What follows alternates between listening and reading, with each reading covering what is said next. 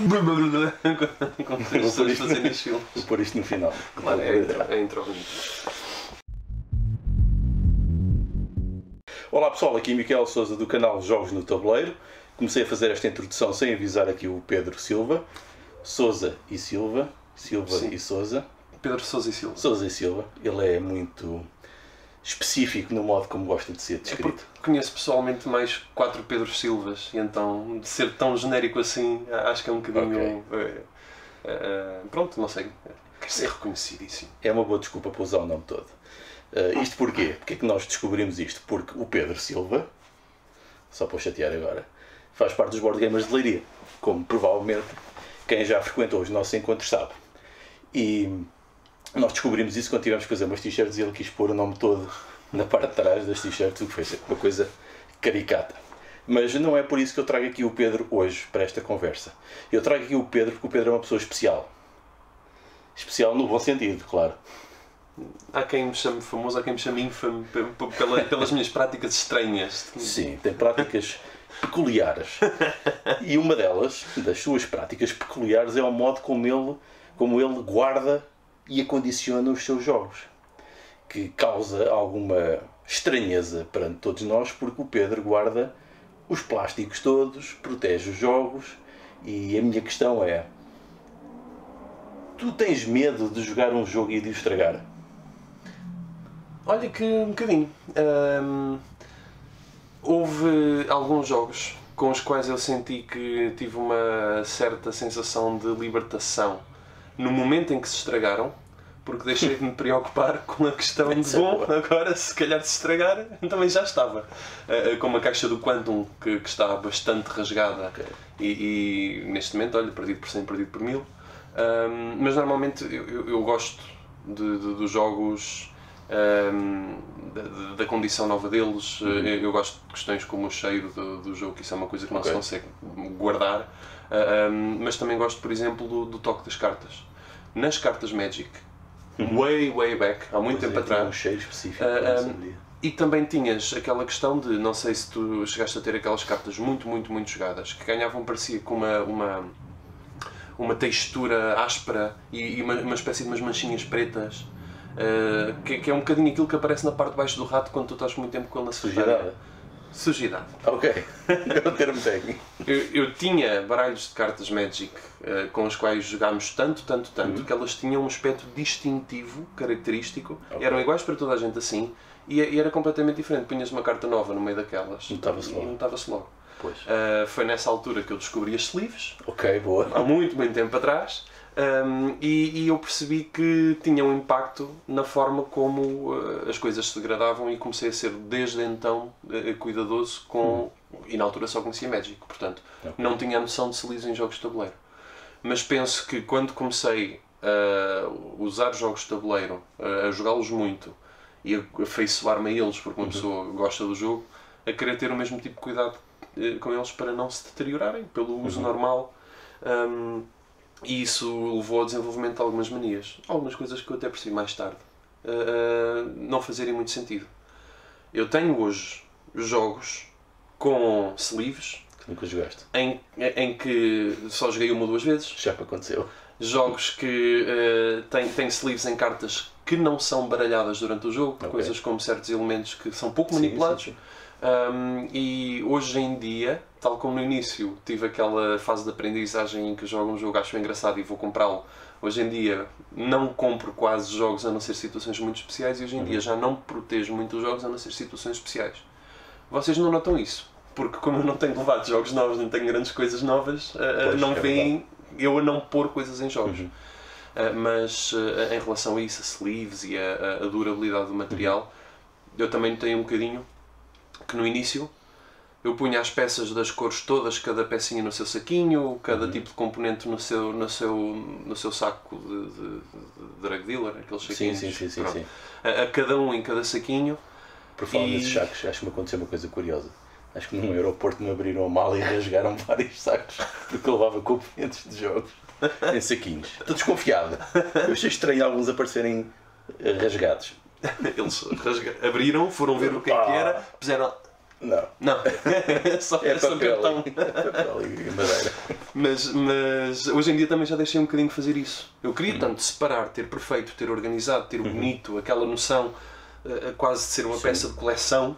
Pois, depois os recursos acabam às vezes misturamos todos durante o jogo. Não é prático, mesmo montar demoras mais tempo a abrir e fechar sacos. Eu hoje em dia, se um jogo é jogado pelo menos a 2 jogadores, tem sempre 2 cores no mesmo saco. Desde que caigam as peças, engraçado. porque há sempre pelo menos 2 cores que vão ter que jogar, então esse saco abre-se primeiro e pode ser só aberto um saco em vez de 2. Comecei a tentar otimizar e minimizar as coisas assim.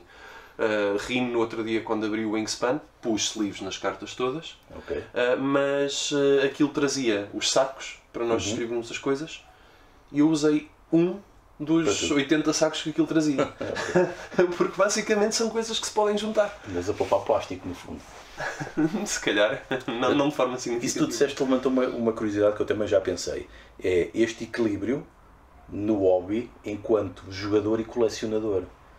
E eu dou por mim, por exemplo, quando são aquelas edições mais caras, sempre aquelas coisas de Kickstarter, aquelas coisas mais distintivas, quase a ter pena de jogar com o receio de as estragar. Dizes tu isso, cujas caixas de edições limitadas e totalmente especiais estão penduradas com furos em cima no teto da associação. Portanto, coisa que eu acho absolutamente incrível. E tu tiveste a lata de me perguntar se eu queria doar caixas para uma boa causa. Claro. Eu não sou capaz. Já fiz algum progresso, mas ainda não cheguei a esse ponto. Há certas coisas... E eu não sou um colecionador. Eu não me tenho como colecionador. Eu não tenho aquela ilusão de ir revender os jogos mais tarde. Eu não tenho aquele objetivo de ter todos os jogos de um certo autor de que eu gosto. Não me vejo a mim próprio como um colecionador, no entanto, tenho uma atitude muito ciosa dos meus jogos. E às vezes, emprestar jogos é algo que eu faço com algumas reservas. Já emprestei alguns jogos em algumas ocasiões, mas às vezes quebra-me um bocadinho o coração. Hás de ter reparado que... Também não gosto, nem jogos nem livros. Sim. Normalmente não empresto. Mas eu mais facilmente empresto um livro que um jogo, e já fiquei sem alguns livros por causa disso. Pois, aí está.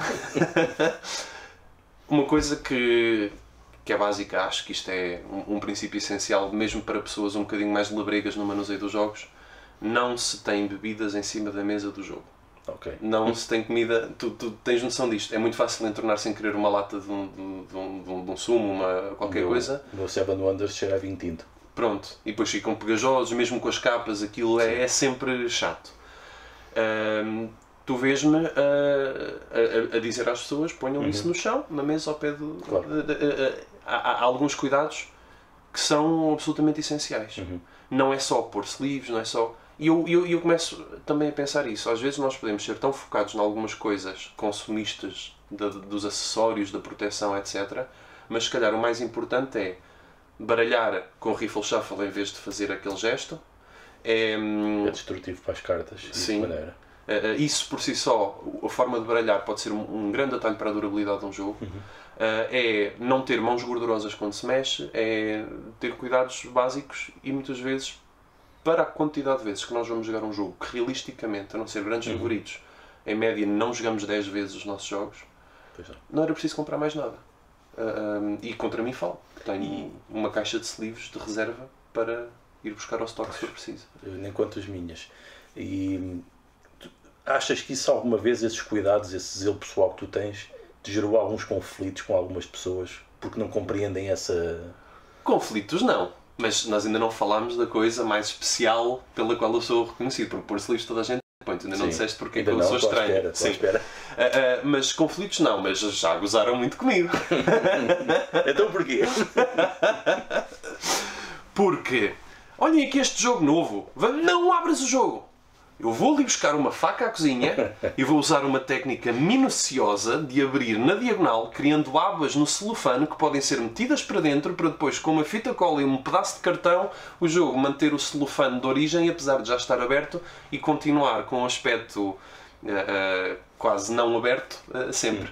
Portanto, o desejo de manter o celofane nos jogos é a minha cor que estranha, a minha idiosincrasia pela qual abrimos a conversa.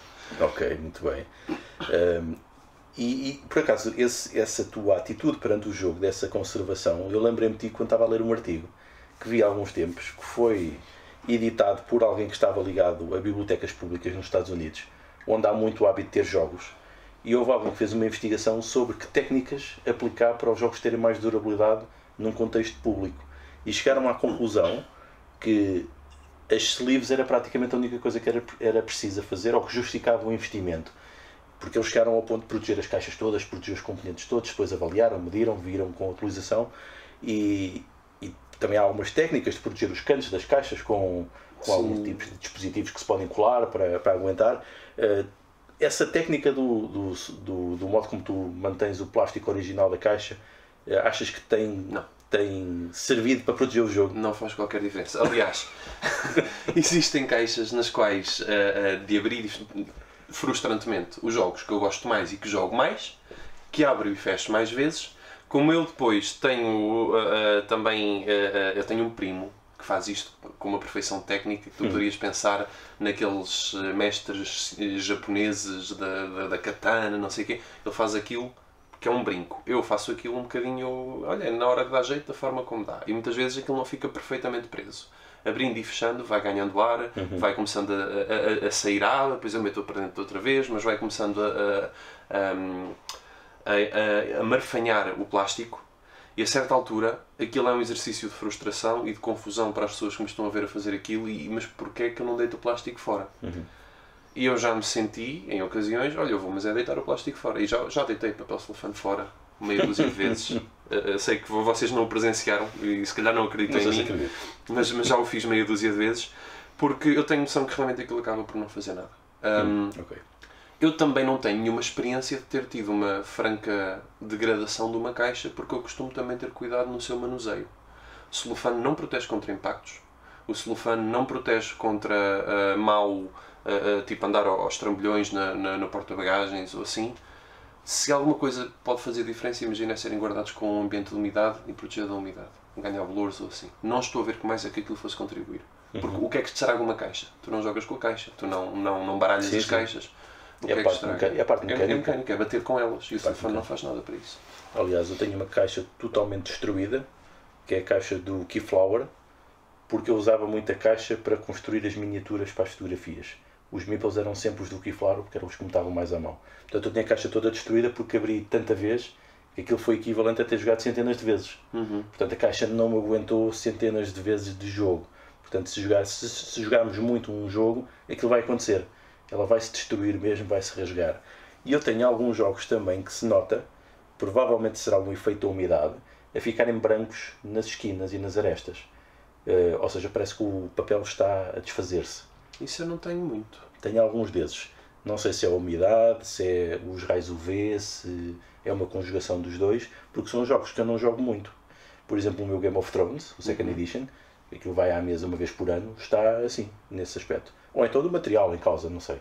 Mas é uma coisa para refletir. Pois, mas aí também não temos comparabilidade entre a tua experiência e a minha, porque tu tens uma casa, se calhar, com condições de umidade diferentes da minha, tens uma exposição à luz diferente da minha, portanto não conseguimos controlar as variáveis que podem ser confundentes. Eu realmente penso que não tenho essa situação nos meus jogos. Eu tenho em alguns específicos. E é capaz de ser do material em causa, porque acontece-me naqueles e não me acontece nos outros que estão ao lado, às vezes no mesmo quadrado, que é uma coisa para refletir. Se tivessem interesse nisto, esta hora está tudo a dormir já. Mas pronto, é um mundo fascinante das caixas. ou não.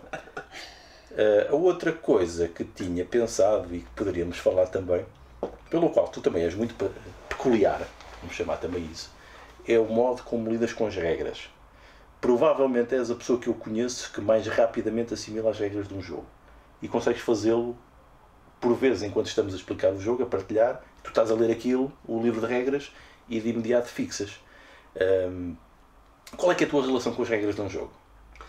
Eu já dei por mim, quando estou a pegar num jogo que eu não conheço, que está a ser montado, tirar, olha, o Gaia Project. Não sei se reparaste nisso, quando vos ajudei a montar, estava à espera que aparecesse alguém para jogar outra coisa, e vocês estavam a montar o Gaia Project, eu sentei-me lá convosco, abri as peças, não fazia a mínima ideia do que é que estava a ver, mas fui pondo cada coisa no seu sítio, à procura dos sítios. Alguns acertei, outros não acertei. Mas há certas coisas que tu percebes imediatamente. o que é o disco que vai para o contador de pontos, o que é um cubinho que é para marcar um recurso que sobe ou que desce num certo track. E tal como tu tens uma familiaridade visual com certas coisas, acho que também há uma familiaridade mecânica com certas coisas. Eu sempre achei que tive facilidade em perceber regras de jogo. Aquela situação de estar a jogar a primeira vez e já estar a tentar jogar para ganhar. Pronto, penso que sempre consegui fazer isso com alguma facilidade. Mas mais do que isso, eu já joguei tantos jogos que têm sempre coisas em comum, mecânicas, Eurogames, normalmente o worker placement é um worker placement, seja no jogo A ou no jogo B. Tu tens certos fundamentos sobre a mecânica de um jogo que são transportados uns para os outros. Então, quando eu estou a pegar num jogo novo e identifico certos pilares estruturais de como é que aquilo funciona, imediatamente eu percebo, ok, primeiro tenho que fazer um engine de produção para depois conseguir apostar noutra coisa. Ok, o caminho é fazer assim pelo início e facilmente assimilo estas coisas. E quando eu estou a ler as regras, acho que acabo por ser, não ter que estar a descodificar todo o livro. É mais ou menos, ok, isto é aquela coisa, isto é aquela coisa, isto é aquela coisa, o jogo é assim. E foco-me só nos detalhes que são diferentes, que são aquilo que constrói o jogo. Supostamente usas bem então as heurísticas, os atalhos para... Penso que sim. Para interpretar o jogo. É curioso, se calhar tenho mais AP a jogar do que a perceber. É verdade. E penso que já não tenho muito AP nos tempos melhoraste. Mas sim, na leitura de regras faço um bocadinho. Não tens assim, AP, mas tens AP a jogar, que é uma coisa curiosa. Mas eu fiz esta questão... Permite-me interromper, mas eu não fui sempre assim. Eu era aquela pessoa que me diziam, vamos jogar este jogo já vai ser assim. Eu começava a jogar como me diziam. E foi já na minha maturidade enquanto jogador de jogos de tabuleiro que eu comecei a fazer questão de ler os livros de regras. Porque aprendi que não se pode confiar no que as pessoas nos dizem. Porque isso vem no encontro da pergunta que eu queria fazer, que é: tu consegues ser muito rigoroso nas regras, no modo como as jogas, e nós até já fizemos aqui um vídeo para o canal de jogos que andamos a jogar mal durante anos, porque acaba por ser muita passagem de conhecimento oral. E as regras, como é uma coisa escrita, está codificada, nem todas as pessoas a descodificam da mesma maneira e leva a erros de interpretação, às vezes pelas tais heurísticas e atalhos. Nós somos levados a partir do princípio que este jogo se joga como aquele, quando depois tem regras diferentes ou tem aquelas pequenas nuances que lhe dão originalidade, mas nós tendemos a ignorar por atalhos. Mas tu consegues ter esse rigor nas regras que muitos de nós que têm tanta experiência como tu a jogar jogos não têm. Se calhar está relacionado com a ser o gajo que fica com o celofane nas caixas. Eu talvez seja um bocadinho traços obsessivos na forma como eu me relaciono com estas pequenas coisas. Lá está, eu leio as regras, tenho aqueles blocos heurísticos que me orientam e depois aquilo que me chama a atenção é o que é diferente, é a peculiaridade, não sei se é isto, eu estou a fazer uma autoanálise para a qual eu não estava preparado. Portanto, eu não sei eu não sei se é isto que define o meu processo, mas é um bocadinho difícil conseguir descodificar uma coisa que eu também faço um bocadinho inconscientemente. Eu leio, ao ler as regras, eu tento ler mais ou menos tudo. Mas porquê é que eu as fixo bem? Não sei, mas eu já me apanhei muitas vezes, eu sinto isso também. Nós estamos a jogar, eu sou o gajo que diz, não é nada, isso não se faz assim, e depois ando ali a escavar e está aqui. Não sei porquê. Acontece muito. E do que eu tenho visto em alguns fóruns, especialmente os debates online, não tanto cá em Portugal, porque normalmente a nossa discussão ainda é um bocado reduzida pela quantidade, mas quantidade de pessoas que jogam, mas nos fóruns online nós vemos sempre aqueles típicos comentários com dúvidas, porque normalmente nos grupos de jogadores há normalmente uma pessoa que gosta ou fica incumbido de fazer isso, que é de ler as regras e explicar. E depois os outros não sequer ao trabalho de ler aquilo e confiam naquela pessoa. Tu achas que isto é uma questão de gosto pessoal também, pelas regras? Sim. Aliás, ouvindo um bocadinho um podcast que tu me recomendaste sobre os jogos de tabuleiro, num dos episódios em que eles falavam sobre o que é que leva as pessoas a jogar, debruçavam-se muito sobre isto. A relação que as pessoas têm com o jogo. Para algumas pessoas é a exploração das regras e traduzir aquilo em mecânica e numa experiência de jogo. E a partir do momento em que eu já sei as regras deste, já nem me interessa, eu vou fazer outro. Há pessoas, isto espanta-me, mas há pessoas que como passatempo, leem regras de jogos. Que não estão a pensar jogar. Só para conhecer. Sim, só para conhecer. Existem pessoas a quem a questão de conhecimento das regras não interessa tanto. Eu não quero conhecer as regras, eu quero ter a experiência de jogo. Mas eu sou um bocadinho purista em querer ter a experiência de jogo correta. Por daí as regras interessarem para mim. Mas há pessoas que não, as pessoas querem divertir-se, querem ter aquele bocadinho de competição, querem ter aquele bocadinho de superação, querem montar aquele puzzle mental. E se a regra era exatamente esta ou exatamente aquela, no fim de contas fizemos todos igual, pouco importa, foi justo na mesma.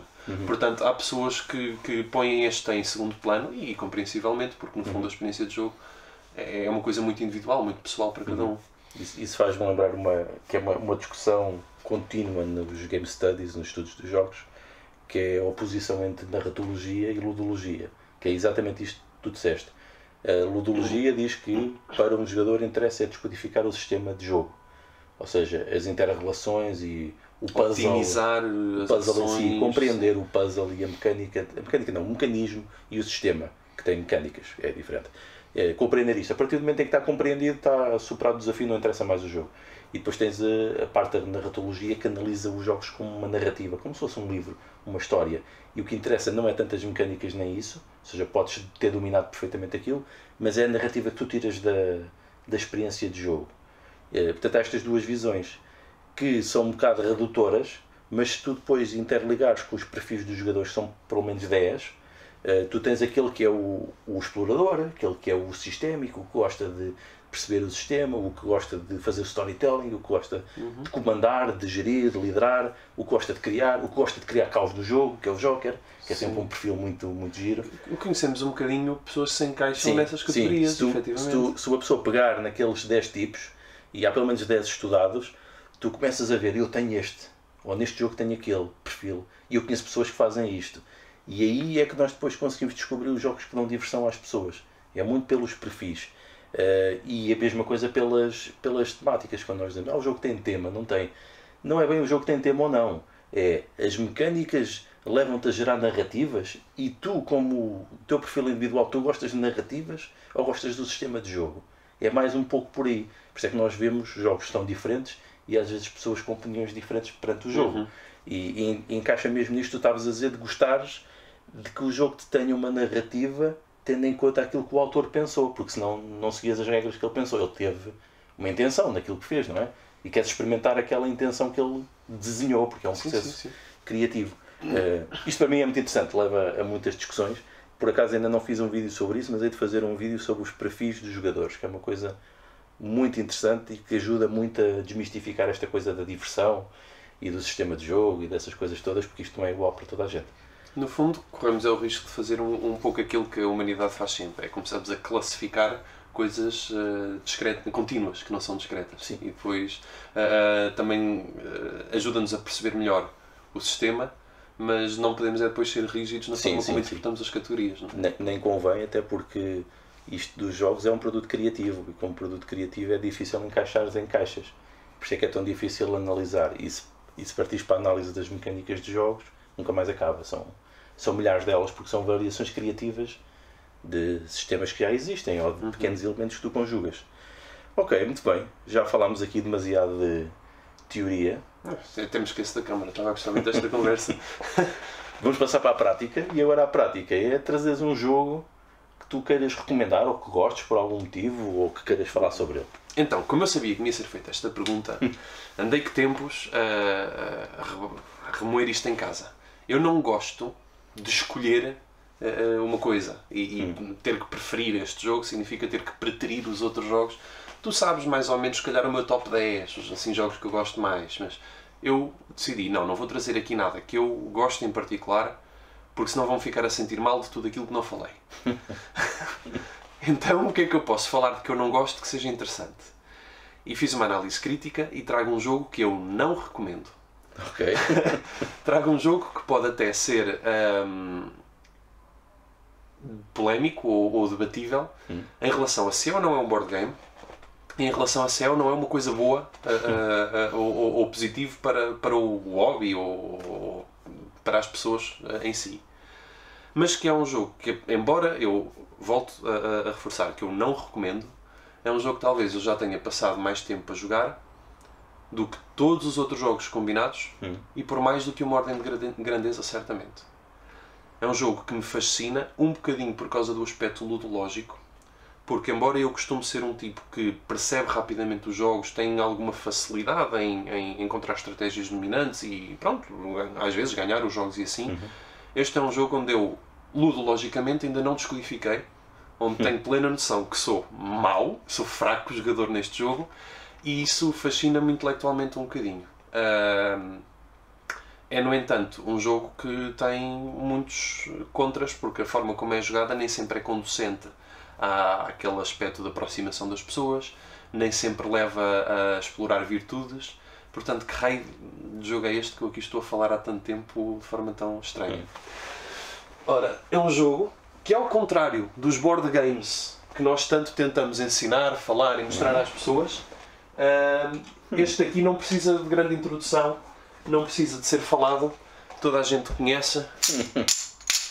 Estou a falar de No Limit Texas Hold'em, especificamente, enquanto uma versão de póquer. Ok, póquer. Portanto, nem todo o póquer é igual. Sim, estrategicamente, há variantes de póquer que são muito interessantes. Está ao acesso de qualquer um, com baralho de cartas e com feijões. E é um jogo que pode ser muito destrutivo. Pois. Mas que é de veras interessantíssimo em termos de complexidade emergente. Com um conjunto de regras extremamente simples, a interação entre os jogadores continua a gerar investigação científica, continua a gerar conhecimento, continua a gerar progresso a nível de inteligências artificiais, seja o que for. E, no entanto, é um jogo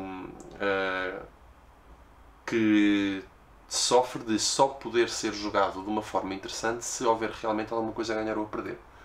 Efetivamente, jogar a feijões não é póquer. Tu não tens atenção, não tens o peso posto nas decisões, não tens aquela importância, a não ser que realmente estejas a ganhar ou a perder alguma coisa.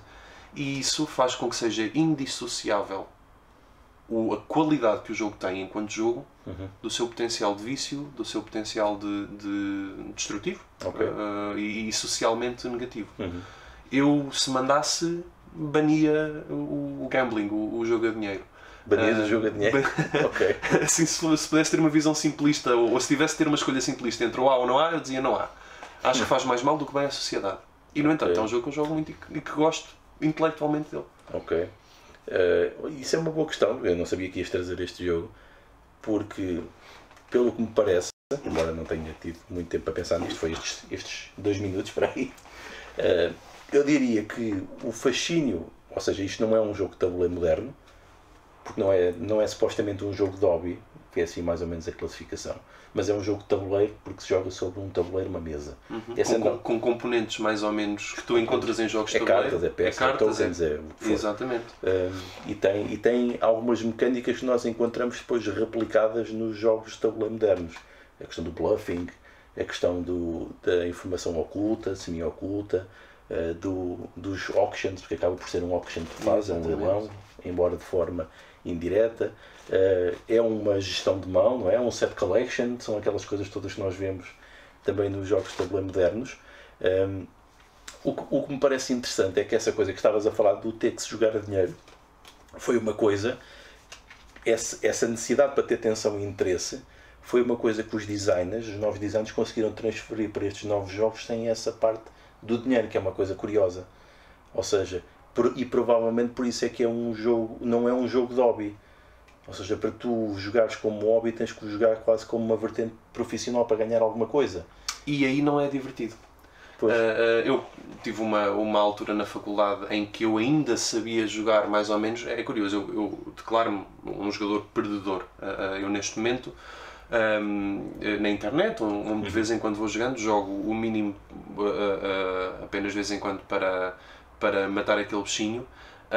E aproveitando promoções ou bónus que assim existem, porque eu acabo por compensar as minhas perdas com as promoções e, portanto, eu nunca tive que pôr dinheiro no jogo. E houve uma altura em que eu tirava dinheiro do jogo há tempos atrás, mas hoje em dia eu sou incapaz de tirar dinheiro do jogo, eu não consigo vencer.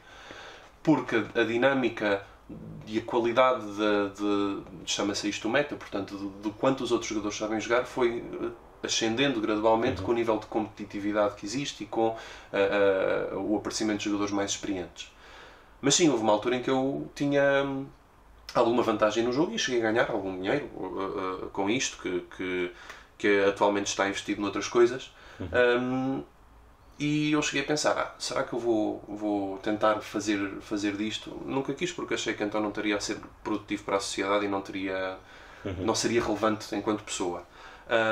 Mas também porque envolvia ter que estudar muito, ter que trabalhar fora da mesa de jogo e depois fazer uma coisa que é meter volume.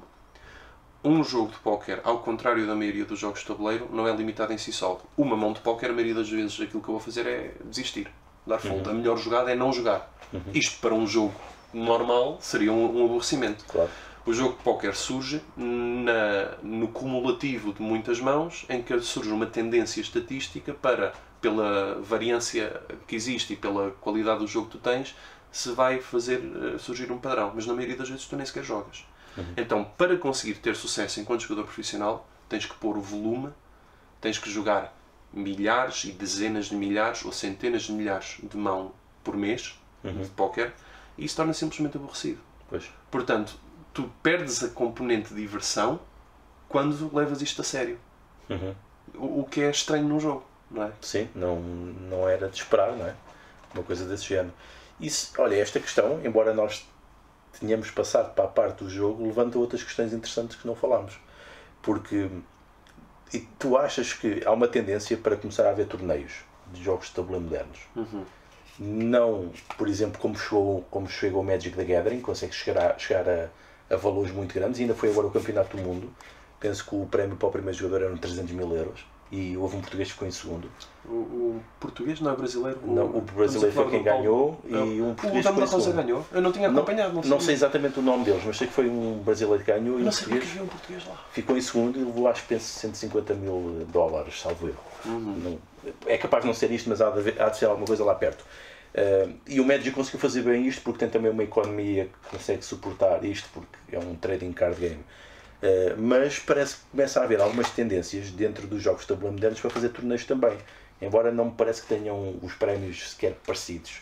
São Se calhar a coisa mais significativa que tu tens é o Catan. Talvez o Catan que tem uma estrutura internacional, que depois tem divisão em campeonatos e jogos nacionais e regionais dentro de alguns países, e nos quais existe uma componente em que normalmente as editoras a nível local fazem prémios que são jogos, que são géneros, no fundo, sim. E depois poderá haver um prémio em dinheiro lá nesses nacionais grandes, internacionais grandes, que mesmo assim são pálidos em comparação com o que estas coisas fazem. Portanto, existem jogadores de Magic profissionais que recebem patrocínios, que fazem aparições em múltiplos torneios, que participam no circuito dos torneios e vão amealhando o suficiente para conseguir, porque depois este dá entrada naquele e pagam-lhe a viagem e depois recebem uma pequena maquia daqui, uma dali, e conseguem viver disto. Não encontras isso num jogo de tabuleiro dos que nós defendemos e gostamos e promovemos. Isso não há. E tu achas que é bom não haver, ou achas que iria ter efeitos negativos ou positivos? Olha, eu nunca tive uma experiência tão satisfatória de Catan como quando joguei no Campeonato Nacional de Catan, onde cheguei a ter esperança de conseguir ir à final, mas não sou assim tão bom. E dá-me um gozo muito grande estar a jogar a sério. Lá está, eu tenho um caráter um bocadinho competitivo, eu gosto do desafio de ter adversários competentes, saber que está toda a gente a dar o melhor e tentar otimizar este quebra-cabeças, este puzzle, e conseguir, ser o melhor, não sei. Sinto-me desafiado por isto. E eu penso que sim, que haver uma vertente competitiva pode ter algum interesse especial em pessoas que sejam motivadas por isto, que é mais um dos motivos que podem levar as pessoas a jogar. As pessoas podem jogar por muitos motivos. É totalmente irrelevante haver torneios para um joker, para uma pessoa que seja o sistemático, queira perceber o sistema e depois seguir em frente. Exatamente. Mas existem pessoas que vibram, e nós conhecemos, temos algumas pessoas que estimamos também que já apareceram em alguns encontros dos nossos jogos de tabuleiro, mas que não são muito assíduos lá, porque entre si jogam uns com os outros frequentemente sempre o mesmo jogo. E que costumam participar nos torneios. Estamos a falar de pessoas que jogam KT e costumam participar nos torneios de KT. E são exímios, exímios, são muito bons e divertem-se muito com aquilo. O apelo dos jogos para eles passa por aí. E então faz todo o sentido para estas pessoas que hajam torneios. Ou seja, é necessário? Não. Mas ganha-se alguma coisa com isso. Penso que sim. Ou seja, a noção que eu tenho é que uma grande parte dos perfis das pessoas que gostam dos jogos de tabuleiro modernos eram os tais sistémicos. Queriam explorar, conhecer coisas novas e estar constantemente a perceber estas novidades que existem, explorar os sistemas, ter os jogos serem complicados, que é para tu não os conseguires desmontar de uma só vez. Mas dá-me a ideia que, com a abrangência que isto está a ganhar, provavelmente os perfis dos competidores, que é também um perfil, provavelmente têm essa oportunidade de se expressar através do hobby, através da competição. Eu já em tempos tive uma pior opinião disso, mas agora que comecei a explorar mais a noção dos perfis, comecei a perceber que se calhar é mesmo isso, é uma questão de variedade de perfis, que nem todas as pessoas vão reagir da mesma maneira, por isso é que umas adoram a parte competitiva e outros não gostam. No meu caso, eu gosto, por exemplo, de levar o jogo a sério, mas não me vejo numa competição do jogo em si. Mas consigo compreender isso. Okay? Acho que também é uma coisa interessante para refletir sobre os perfis que, no fundo, estão relacionados com a diversão. E é o que nós queremos todos disto, é divertir-nos.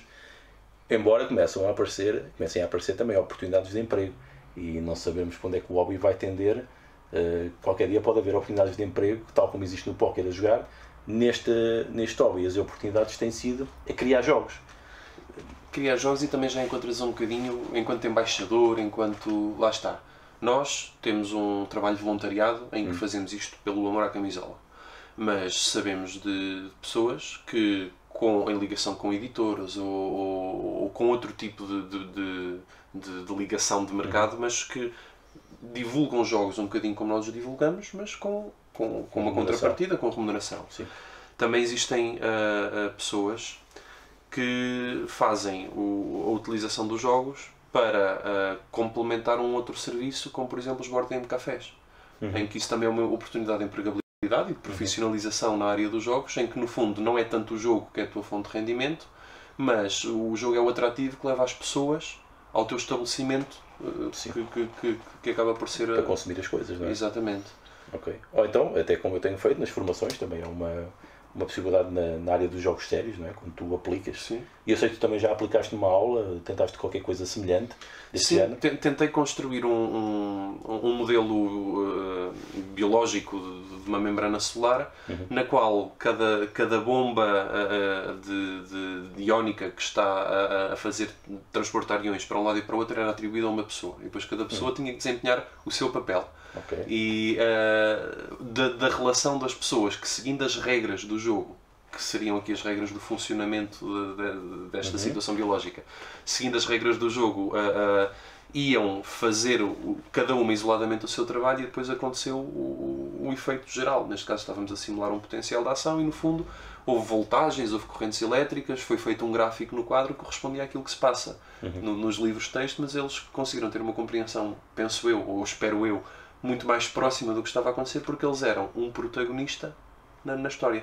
Ok, muito bem. Portanto, acho que é um bocadinho aquilo que os jogos nos dá. E os jogos fazem isso. Sei de situações em que professores, também por causa do podcast, um dos elementos que fala é um professor de alunos de ensino básico, penso eu, nos quais, para contextos como aulas de história ou assim, ele gamifica as aulas de história.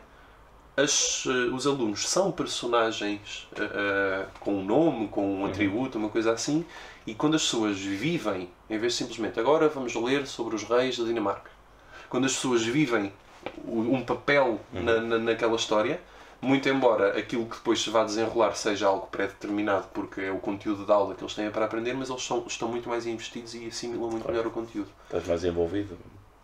É uma das técnicas de aprendizagem. E isso é um dos grandes desafios.